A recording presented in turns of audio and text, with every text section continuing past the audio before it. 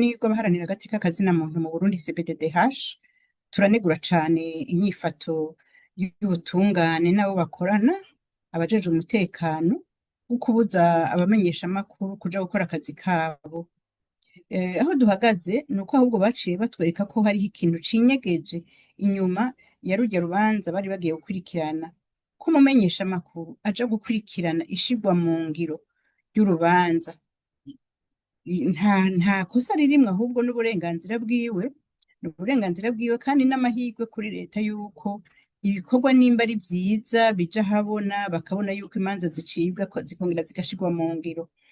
Aho rero vyatweretse ko harimwo ibinyegezwa, vyatweretse yuko n'abamenyeshamakuru batakigira icubahiro imbere y'abaserukira leta, vyatweretse ko ubutungane butirirwa buranaraba amategeko, usanga ari nk'igikoresho co kugira ngo bashobore gukandamiza, gutera igitsure abamenyeshamakuru.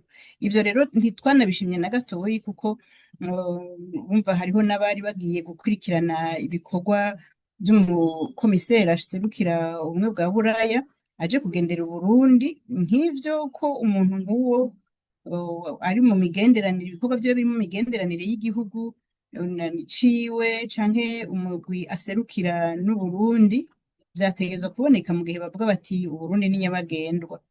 Rero ni ibitangaza kubona bavuga bati Uburundi ni nyabagendwa, bagata ko abaje kubugendera bagashaka kubanyegeza abanyagihugu, bagashaka ko abamenyeshamakuru batafata amashusho. Uca wumva rero yuko naho nyene ni ugukandamiza abamenyeshamakuru kuko umumenyeshamakuru aba yateguye iyo nkuru ko iza gushikirizwa, kandi aba yateguye yuko iza gutangazwa. Rero ivyo vyose usanga harimwo ibintu vy'igihugu vyitwa ibinyegezwa, umumenyeshamakuru canke uwundi muntu agiye kuvuga ukuri ku bintu biriko biraba agaca agwa mu mporero. Twebwe rero uko niko twabonye ko ari ukurenga amategeko, amategeko ajanye n'uburenganzira bwo kumenyesha amakuru, amategeko ajanye n'ubwigenge bw'umuntu uwo ari we wese, adashobora gufatwa ngo apfungwe atakimwagirira kandi ata n'umutahe umuhamagara ngo yitabe yisigure. Cane cane baca bashirako kuca banyuruza ibikoresho vyabo, kuko nk'aho usanga nk'igikoresho gishobora kuba cononekaye, ico gikoresho yategerezwa kubikoresha ibindi bikorwa kuko ico gikorwa c'uwo musi sico yari afise gusa. Urumva rero yuko hari uburenganzira bw'abamenyeshamakuru, uburenganzira bwo gushikiriza amakuru, nazo zikaba ari inkingi za demokarasi vyahonyanzwe. Twebwe rero aho duhagaze twaciye dusaba leta, twayisavye yuko yohagarika ivyo bintu vyo kujuragiza abamenyeshamakuru, ko yoha uburenganzira abarundi n'abamenyeshamakuru gukurikirana amakuru y'ibintu biba mu gihugu no kuyatangaza nk'uko amategeko abirekura.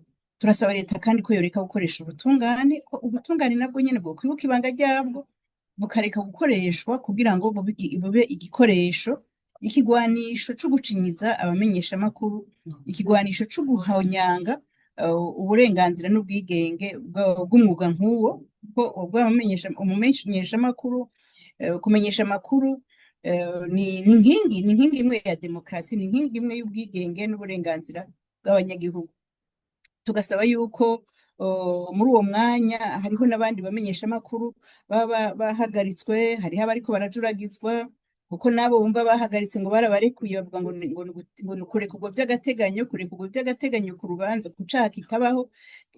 Uca ubona ko dosiye yama yuguruye, tukabwira ati ntibasubire kujuragiza abamenyeshamakuru kandi bahe uburenganzira abamenyeshamakuru gukora akazi kabo. Tugasaba yuko n'umumenyeshamakuru Sandra Umuhoza apfunzwe yahagaritswe kubera ivyo bintu vy'akadenderezo, n'ivyo bintu novuga ko ari vy'agasakisaki, ko yorekurwa kubera tubona yuko ata mvo zifadika zituma aguma muri prison.